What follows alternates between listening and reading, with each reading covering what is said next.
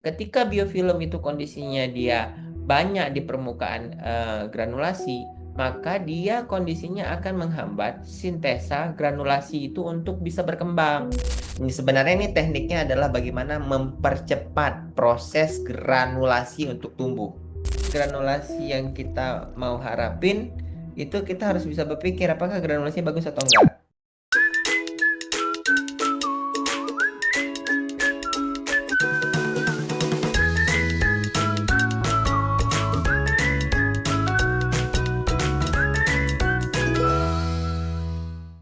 Kembali di Medcovazin Academy Layanan Konsultasi yang selalu kita adakan setiap hari Rabu.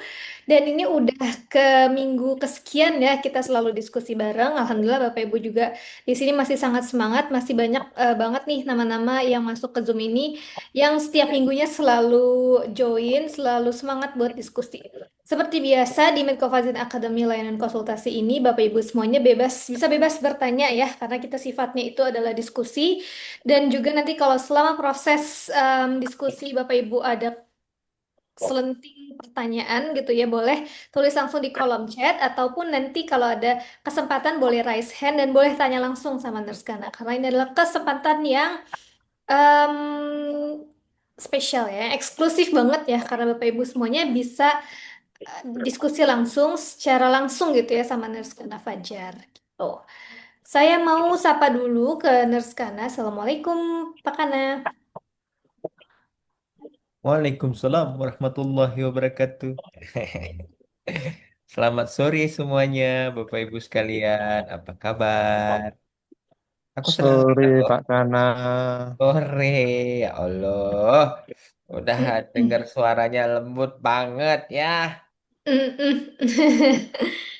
Iya nih Pak Kana nih hari ini juga kelihatannya Bapak Ibu semua semangat semua ya karena topiknya ini bakal sepertinya bukan sepertinya sih pasti bakal sangat berguna nih ya karena ini adalah pertanyaan-pertanyaan yang suka dan sering keluar di grup WhatsApp Medcovazin gitu. Tanpa panjang lebar, saya langsung mempersilahkan Nurse Kana untuk bisa memberikan advice untuk kita soal biofilm ini. Waduh, baik. Assalamualaikum warahmatullahi wabarakatuh. Selamat sore, Eh, ya, Bapak Ibu sekalian. Di kesempatan kali ini kita ketemu lagi dengan topik yang saya pikir cukup menarik karena banyak banget yang nanya, Pak ini gimana, videonya gimana, itunya gimana, banyak banget yang bertanya-tanya ya. Maka dari itu, Bapak Ibu, aku langsung aja hari ini ngebahas satu topik kita mengenal sel pada luka yang abnormal. Jadi sebenarnya sih ini lebih tepatnya tuh mengenal bagaimana dasar luka yang sehat ya untuk bisa kita lihat agar teman-teman sekalian itu betul-betul eh, ngelihat bahwa yang gua tangani ini lagi nggak beres nih, lagi nggak bisa gua hanya kondisinya dengan cuman cuci-cuci, ganti balutan, terus pasang topika terapi yang nggak apa-apa kalau kasih ini asal kondisinya moist cukup nggak ya gitu. Makanya topik kali ini saya pengen teman-teman ngelihat bagaimana sih sebenarnya sel. Sebenarnya ini tuh aku sering tampilin di program advance, tapi nggak apa-apa kali ini karena kasusnya cukup menarik. Jadi butuh aku kasih gambaran ke teman-teman sekalian tentang sebenarnya gimana sih ngelihat si dasar luka. Nah, kok nggak bisa ya? Oke. Nah, jadi eh, di pertanyaan kemarin itu ada kondisi luka, di mana kita bisa ngelihat lukanya itu dengan perawatan luka cukup baik ya. Artinya sebelumnya tuh merah, terus dilakukan perawatan sampai titik akhir pada saat pembentukan epitelisasi, gitu tuh Bapak Ibu. Jadi kita bisa ngelihat bentuknya oval ya, tepinya tuh cukup jelas dan teratur gitu. Maksudnya dia ada tepinya. Terus kita lihat juga, tapi masalahnya di bagian tepi yang ke bawah, kita ngelihat kondisinya itu ada bagian tepi yang dia mulai terjadi geradakan. Geradakan itu maksudnya dia eh, tidak dalam tempatnya, tidak berkembang sesuai dengan kebutuhannya. Kenapa? Karena bisa kita lihat kalau seandainya ada granulasi yang modelnya sudah seperti ini, Bapak Ibu, ya, di mana berarti granulasi yang kita mau harapin itu kita harus bisa berpikir apakah granulasinya bagus atau enggak. Di sini dominannya granulasinya itu pucat atau kuning, Bapak Ibu sekalian. Ya, di mana pucat atau kuning itu kita bisa identifikasi apakah dia terjadi slough atau memang kondisi tersebut terjadi biofilm gitu tuh. Yang dimana kita lihat semuanya masih menutup secara rata dan saya simpulkan bahwa ini bukan granulasi yang baik. Kenapa? Karena harusnya warnanya merah gitu tuh.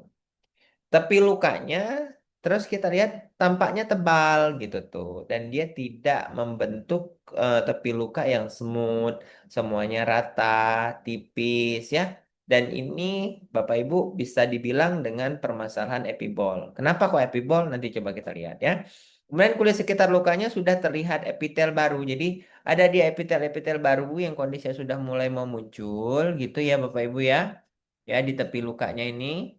Dan eh, namun tepiannya tampak tidak merata. Jadi bagian-bagian yang mulai jatuh ya ke dalam dasar luka itu bisa kita lihat cuma bagian yang atas ini.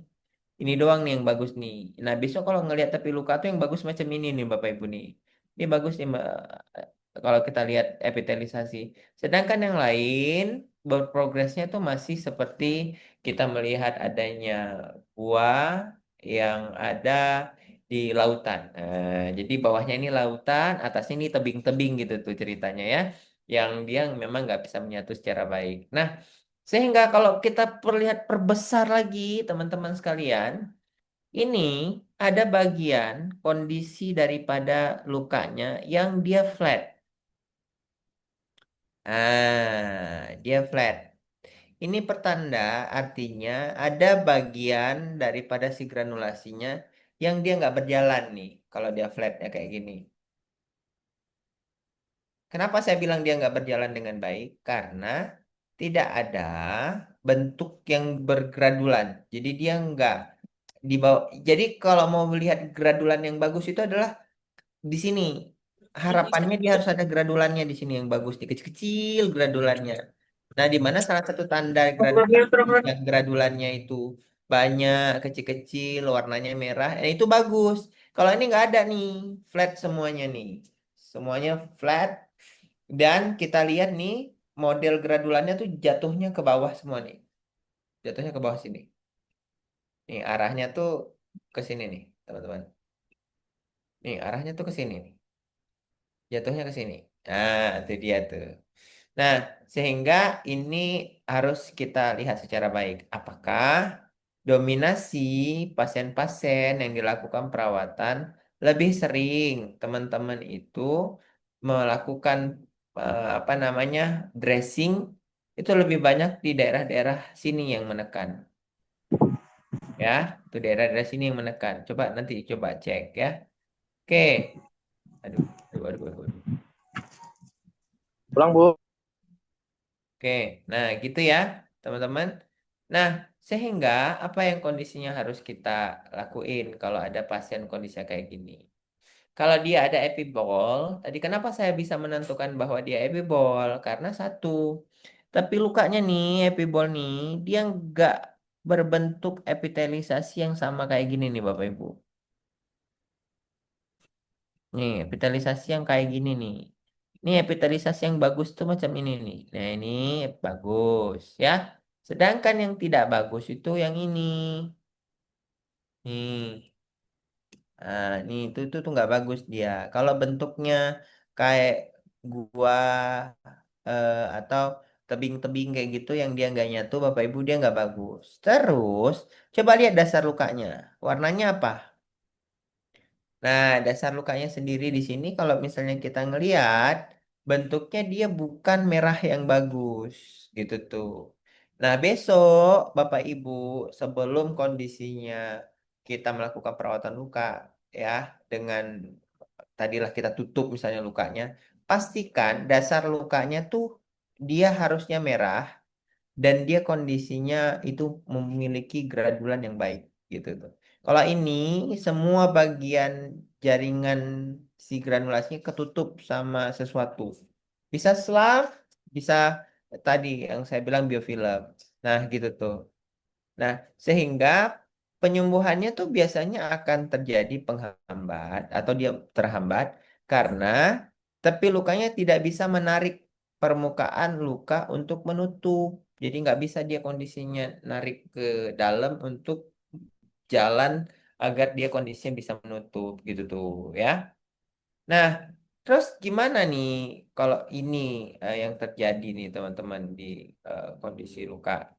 Nah, kalau kita ngelihat dari kondisi tadi, jadi apa sebenarnya hubungannya terkait dengan dasar luka, epibol, dan biofilm? Apa tadi kaitannya? Jadi, ketika kondisinya biofilm masih ada, maka proses penyembuhan juga pasti akan terhambat, Bapak Ibu. Disertai ketika biofilm itu kondisinya dia banyak di permukaan granulasi, maka dia kondisinya akan menghambat sintesa granulasi itu untuk bisa berkembang. Gitu tuh. Makanya kenapa bentuknya tadi warnanya putih semua dan apa granulasinya itu dia nggak bisa berkembang. Jadi proses daripada si granulasinya itu untuk dia berkembang atau apoptosis tadi itu nggak bisa dihambat nih sama biofilmnya. Nah, jadi mekanismenya gimana kalau seandainya ada biofilm atau terjadi epibol diakibatkan karena ada biofilm tadi. Nah, salah satunya adalah teman-teman bisa melakukan kegiatan beberapa eh, apa namanya perawatan. Salah satunya mekanika debridement. Nah, jadi itu yang mungkin teman-teman bisa lakukan. Nah, di satu sisi lain teman-teman sekalian yang bisa kita lihat adalah selain tadi kondisi granulasinya tidak bisa bermigrasi, ada beberapa kondisi yang terjadi pada sel itu sendiri. Karena dia nutrisinya keserap terus sama si biofilm, ya nutrisi di di apa namanya di di selnya tadi itu diserap, dihambat, diserap, dihambat. Maka kondisi lukanya itu akan menjadi yang namanya tua. Jadi selnya tuh mati dia, bukan mati, tua selnya. Sehingga pada saat kita angkat biasanya dia akan lebih keras. Kayak gitu. Jadi kalau dasarnya dia nggak bagus, dia berubah jadi tua, epitelisasinya pun berkompensasi untuk apa? Untuk menggulung, untuk jadi apa? Untuk biar dia cepat bisa turun ke bawah, dia menggulung tuh ke dalam, biar epitelisasi langsung jadi. Karena tubuh ini udah luar biasa banget Bapak Ibu. Ketika dia apa namanya nggak bisa melakukan apa-apa, dia akan berkompensasi dengan sendirinya untuk membentuk sebuah barrier agar tubuh tetap menjalankan fungsinya gitu tuh, ya. Nah, dan satu lagi bisa juga karena adanya imunitas yang terganggu, ya. Biasanya pasien-pasien kondisi kayak gini nih yang terjadi imunitasnya turun jadi nggak bisa untuk melakukan kegiatan apa namanya pertumbuhan misalnya atau menstimulasi lah makanya dia si biofilmnya tuh nggak hilang-hilang. Kenapa nggak hilang-hilang ya karena tadi imunitasnya nggak kuat untuk bisa eh, menyembuhkan tubuhnya dengan sendiri. Nah, cara ngatasinnya gimana? Nah, seperti kemarin saya sudah jelasin bahwa tepi lukanya tuh butuh di refreshen. Refreshen itu artinya kita membuat si tepi lukanya itu refreshing kembali dengan cara kita boleh mengangkat tepi luka yang bergulung dengan scalp atau gunting, boleh kita gunting tuh bagian bawahnya. Pak, kalau berdarah nggak apa-apa. Ya nggak apa-apa prosesnya, karena kan kita mau butuh refreshing. Kemudian boleh menggunakan beberapa teknik debridement untuk bisa mengangkat biofilmnya. Jadi sambil kita bersihin tepinya, berarti bawahnya yang tadi sebagai dasar lukanya itu boleh kita lakukan debridement dengan teknik kita boleh ambil gunting dan pinset untuk angkat biofilmnya atau jaringan yang udah tua tadi. Prosesnya kayak gitu. Kemudian eh, tetap kita berikan beberapa teknik yang bisa menciptakan suasana lembab. Karena nggak terlepas nih kondisi luka sebesar itu pasti cairannya tetap keluar. Dan ingat, karena dia udah tua nih teman-teman sekalian. Jadi butuh ada beberapa yang menstimulasi tepinya. Makanya stimulasi tepi itu dengan cara apa? Bisa teman-teman memberikan beberapa teknik seperti misalnya kolagen diberikan, bisa teman-teman memberikan salah satunya adalah agar tepi lukanya nggak ketekan lagi, itu butuh yang namanya offloading, gitu Bapak Ibu ya. Itu bisa dilakukan. Nah, ini saya bilang tadi Bapak Ibu melihat granulasi yang kondisinya normal tuh gimana caranya? Nah, gini caranya. Kalau misalnya kita lihat ini granulasi, sorry, ini dasar luka, ya. Kalau dia nggak ada lagi biofilmnya, ya, semuanya udah bagus, dia akan membentuk nih granulasi yang bagus nih. Bahasa Inggrisnya adalah cobblestone. Nah, katanya gitu ya. Jadi cobblestone ini adalah gradulan-gradulan kecil yang menonjol seperti batu kali gitu ya teman-teman. Yang dimana ini adalah salah satu pertumbuhan jaringan granulasi yang sehat. Kalau ini bentuknya pasti vaskularisasinya baik, fibroblasnya juga aktif, angiogenesisnya juga baik, dan biasanya pergerakan dari inflamasi ke proliferasi akan berjalan dengan baik. Nah, jadi kita bisa ngelihat nih, ini yang mau diharapin nih, bagaimana caranya si eh, granulasinya tadi berbentuk seperti ini. Kalau semua jaringan yang dasarnya kayak gini, pasti cepat tumbuhnya. Gitu tuh.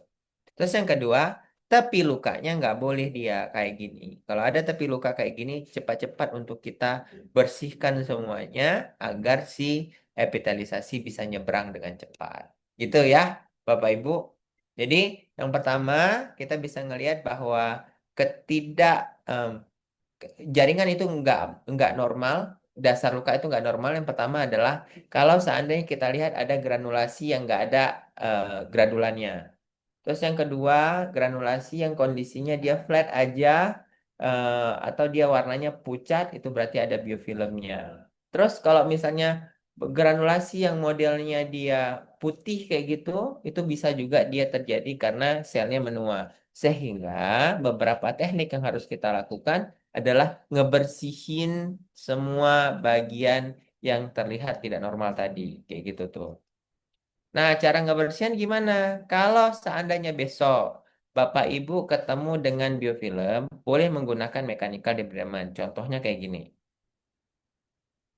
ya. Jadi biofilmnya boleh diangkat. Nah, besok tekniknya tuh dari tepi nih, harus dibersihin semuanya.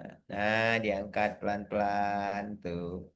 Diangkat pelan-pelan. Yang kemarin nanya gimana Pak cara mekanikalnya untuk diangkat ya? Modelnya kayak gini ya. Diangkat. Tapi ingat, kalau kondisinya dia cuman biofilm, jangan diperdarahin. Gak boleh. Tapi kalau dia kondisinya selnya tua, dia ada epibol, boleh teman-teman pendarahin. Gak apa-apa. Dikerok aja bagian-bagian yang paling atasnya doang. Kemudian setelah dia dikerok, kayak gitu Bapak Ibu, teman-teman boleh menggunakan yang namanya eh, beberapa stimulasi seperti kolagen, boleh ya, kayak gitu. Terus tepi-tepinya diberikan offloading yang baik dan benar. Ya, kita buang semua. Kalau dia kondisinya biofilm, jangan diperdarahin. Ya, Bapak Ibu. Tapi kalau jaringannya epibol atau dia kondisinya jaringannya tadi pucat nih, ya, keras, pucat. Nah, teman-teman boleh perdarahin. Silahkan.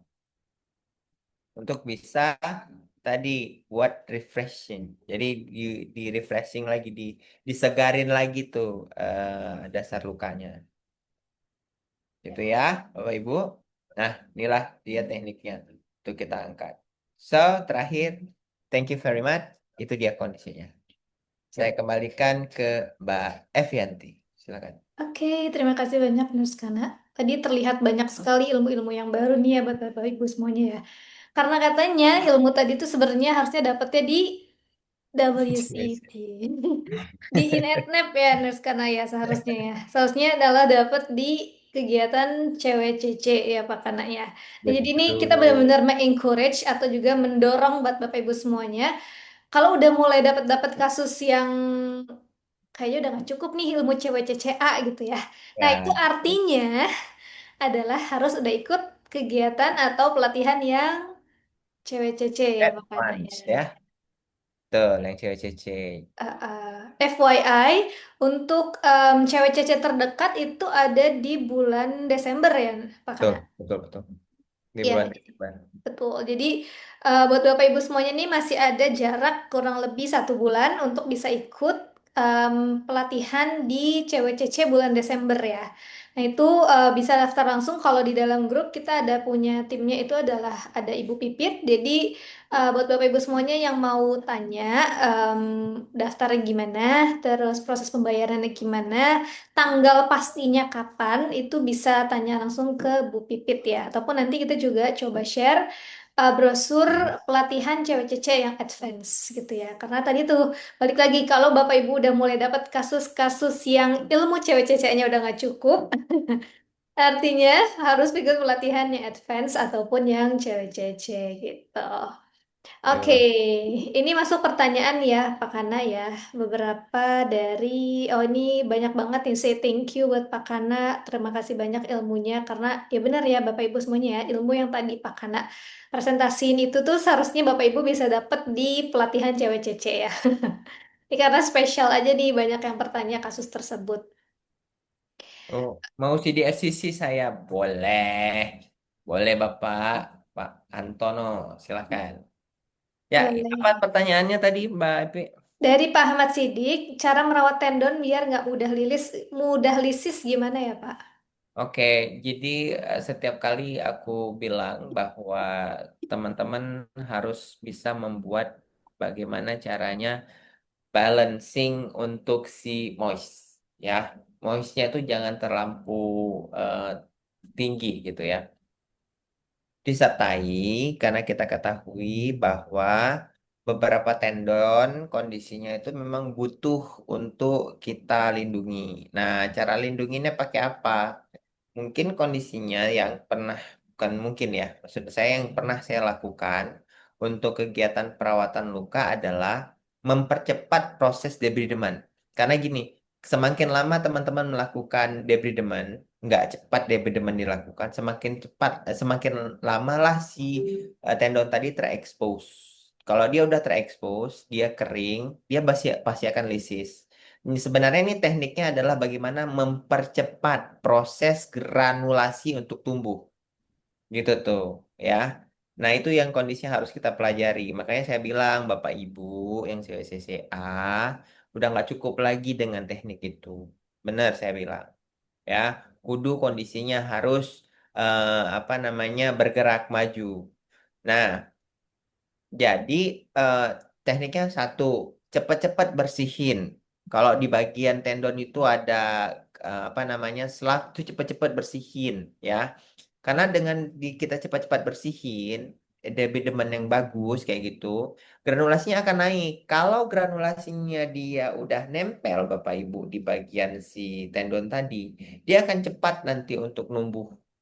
Terus yang kedua, setelah teman-teman melakukan kegiatan debridement, nanti kalau ada sisa-sisa darah boleh dikasih nih di tendon itu, ya. Karena salah satu untuk mempercepat tendon bisa tumbuh granulasi adalah beberapa cairan plasma gitu ya yang ditaruh di atas permukaan si apa tendon yang bisa menstimulus dia untuk muncul. Kayak gitu. Yang ketiga, nggak boleh kondisinya dia kering. Kayak gitu tuh. Kalau dia kering, kemudian teman-teman, jadi gini, teman-teman kasih misalnya metkovasinya sedikit banget kayak gitu ya. Kita butuh lisis nih. Tapi teman-teman kondisinya kasihnya cuma sedikit biasanya kasihnya. Oles-oles misalnya doang. Nah, di fase awal itu sebenarnya challenge buat kita. Bagaimana cara si tendon tadi itu dipertahanin dengan cara tetap kita buang, pasti harus kita buang tendon itu. Karena biasanya tendon tuh yang terekspos bagian atas tuh pasti akan lisis Bapak Ibu. Kayak gitu tuh ya. Jadi tekniknya kita tetap melakukan pemberian misalnya metcovazin kita kasih di atas, terus kita cepet-cepet untuk apa namanya lisisin. Di bawahnya kalau udah kelihatan dia granulasi, stimulasi Bapak Ibu. Stimulasinya tadi boleh pakai darah atau teman-teman boleh tambahin kolagen ya, atau teman-teman boleh tambahin yang namanya eh, kalau di sini tuh kita bilang kayak fiber cell kayak gitu, teman-teman boleh masukin atau kalsium alginate. Kalsium alginate dulu dikasih, berarti atasnya baru dikasih meclofazin. Terus ditutup pakai kasa. Prosesnya kayak gitu. Jadi nanti si kalsium alginate itu akan mempertahankan kelembaban, dia nggak buat lebih moist, hipermoist atau gitu modelnya. ya. Jadi ada 3 teknik itu yang bisa dilakuin sama teman-teman sekalian. Sehingga prosesnya bisa apa tadi ya, mempertahankan bentuk dari si tendon tadi. Gitu ya Pak Ahmad Sidik ya. Oke, Kak semoga bisa Idris. menjawab ya Kasih di Pak Ahmad Sidik ya. Lanjut ke pertanyaan selanjutnya dari Pak M. Wendy. Kalau kondisinya luka seperti ini, bagaimana cara refreshnya ya Mas Kana? Pak Kana mau jawab dulu atau butuh detail informasi ini? Karena cuma dikirim foto aja. Oh, butuh detail informasi lagi nih. Refreshing Mas, karena apa yang mau di refreshing itu pripun maksudnya itu kayak mana? Apakah atau mau tanya langsung juga nggak apa-apa nih. Kalau kondisi luka seperti ini, bagaimana cara refreshing Mas? Karena macam apa ini pasien apa, berapa lama lukanya? Tapi kalau aku lihat kayaknya ini dengan venous leg ulcer deh, kakinya kayak botol terbalik nih. Kayak Ya, mana? gimana Pak Wendy? Mau open mic? Boleh, boleh, boleh. Open mic aja langsung. Pak Wendy lagi di tempat. Karena belum open mic, kita next question dulu dari Mas Fahmi. Gimana cara supaya pasien itu, cara Nagano neuropatik supaya pasien nggak kebas? Hah? Apa? Gimana cara supaya pasien dengan neuropatik itu tidak kebas? Sudah dianjurkan Pasien dengan untuk senam neuropatik. diabetes, tapi hasilnya belum ada. Enggak sih, kalau neuropatik tuh biasanya dia akan terpengaruhi bukan hanya dengan senam, tapi beberapa obat-obatan. Nih pertanyaan sama nih, kayak tadi pagi nih, nanyanya nih sama nih. Gimana cara memperbaiki pasien neuropati, Pak? Gitu. Ya, tadi pagi tuh lebih ekstrim lagi ya. Ini masalahnya nanti kalau dia kebas semua, nanti burungnya juga jadi kebas gitu tuh. Ada yang nanya nih prosesnya. Ya, jadi sebenarnya gini, kalau menurut saya prosesnya yang mesti di diperjelas adalah ini kan pasien tersebut itu terjadi kebas karena ada faktor dari gula darah ya. Karena semakin tinggi gula darah, saraf juga semakin rusak kayak gitu tuh. Nah, jadi bagaimana caranya untuk bisa kita lihat bahwa gula darahnya itu oke? Karena walaupun dia minum obat, walaupun dia kondisinya olahraga, kalau gula darah masih tinggi, pasti akan rusak, tetap akan kebas, Pak. Kayak gitu tuh. Nah, saranku, setiap kalau pasien kayak gini, coba cek HbA1c. Itu penting banget. HbA1c itu adalah salah satu faktor yang kita tentukan apakah si kurva gula darahnya tuh stabil atau enggak. Jadi kalau seandainya dia memang pada saat melakukan konsumsi obat-obatan nggak sesuai, makan asal-asalan, terus tadi jadwalnya si obat-obatannya nggak sesuai tepat waktu, maka beberapa kurva terkait dengan si gula darah tadi tuh nggak bisa dihentikan gitu tuh ya, walaupun pasiennya udah olahraga, walaupun pasien udah senam kaki ya Bapak Ibu. Nah, jadi terus di obat-obatan yang harus dicek untuk pasien dengan neuropatik itu ada 2 biasanya dia. Satu yang untuk apa, mempengaruhi kompulsif, jadi biar dia nggak kaku. Terus yang kedua adalah yang mempengaruhi terkait dengan nyerinya. Ya, biasanya tuh mereka ditambahin gabapentin dan beberapa obat-obat nyeri sama vitamin B12 kayak gitu tuh. Nah, beberapa obat-obatan itu biasanya dikonsumsi sama pasien-pasien itu untuk menurunkan beberapa efek baal yang terjadi pada pasien atau dikenal dengan diabetik neuropati ya. Biasanya tuh akan muncul misalnya nyeri, nyeri tiba-tiba nyeri kakinya, tiba-tiba hilang, tiba-tiba kesemutan sakit banget, tiba-tiba kram. Nah, biasanya beberapa obat-obatan itu akan diberikan gitu tuh. Ya, jadi, anjuranku coba deh kondisinya dicek. Nah, tadi cek itu. Terus apa lagi yang kondisi harus kita lakukan? Buatin dia diary. Dia diary dalam 3 hari itu, 1 hari, 2 hari, 3 hari. Apa aja sebenarnya yang dia makan? Terus setiap kondisinya dia makan, biasanya kita akan cek sebelum sama sesudah. Kita cek itu dia. Sebelum makan, sesudah makan tuh kita harus cek gula darah selama proses 3 hari itu. Nah, nanti akan terlihat kapan gula darahnya akan naik. Makan apa yang menyebabkan gula darahnya naik. Gitu tuh. Walaupun kadang-kadang pasien bilang, saya udah teratur kok, udah gampang kok, udah oke kok, semua kakuk penting pasien itu, ya. Tapi kita juga sebagai tenaga kesehatan nggak hilang akal, tetap harus kondisinya bisa mengupayakan terkait dengan tadi ya, melihat bahwa apakah dia sesuai atau tidak, gitu, Pak Fahmi. Kalau saya menjawabnya seperti itu. Mungkin teman-teman ada mau sharing yang lain, silahkan ya. Aku balik dulu terkait dengan tadi ya Pak Wendy. Ini loh Pak Wendy nih saya bilang kalau pasien udah kayak gini kondisinya itu harus betul-betul cepat kita ambil nih. Jadi misalnya kalau pasiennya kayak gini nih ada setelah ini buru-buru nih kondisinya. Makanya aku bilang pakai Medcovazin itu jangan colet-colet ngerti. Jangan colet-colet gitu maksudnya. Karena kita butuh untuk debridement tuh minimal 4 kali pertemuan tuh udah dasar lukanya cantik udah gitu tuh. Nah ini teknik aku pakai Medcovazin tuh kayak gini nih. Itu dia. Makanya jangan lama-lama. Semakin dia kondisinya lama, semakin dia lisis. Kalau dia granulasi udah naik, Bapak Ibu, udah gampang udah nih. Cantik udah kaki ini. Nggak bakalan kontraktur. Masih bisa jalan dia. Gitu. Gitu ya Pak Wendy. Gitu Bu Epi. Siap, last question dari Pak Antono ya tadi ya, Pak Mister Antono. Hmm. Antiseptik yang kuat buat cegah biofilm, apakah PHMB, HOCl, Octanidin, atau yang lain Pak Kana? Tadi bukan Pak Wendy yang nanya tendon Pak ini. Ahmad, Pak ya. Ahmad ya. Sorry Pak Ahmad, Pak Ahmad. Itu Pak Ahmad. Terus, apa tadi Mbak Epi? Mana tadi? Antiseptik yang kuat buat cegah biofilm, apakah pakai PHMB, HOCl, Octanidin? Gini loh, Bapak Ibu sekalian, penggunaan atas dasar antimikrobial prosesnya itu kategorinya masuk seperti kayak PHMB dan Octadin, ya.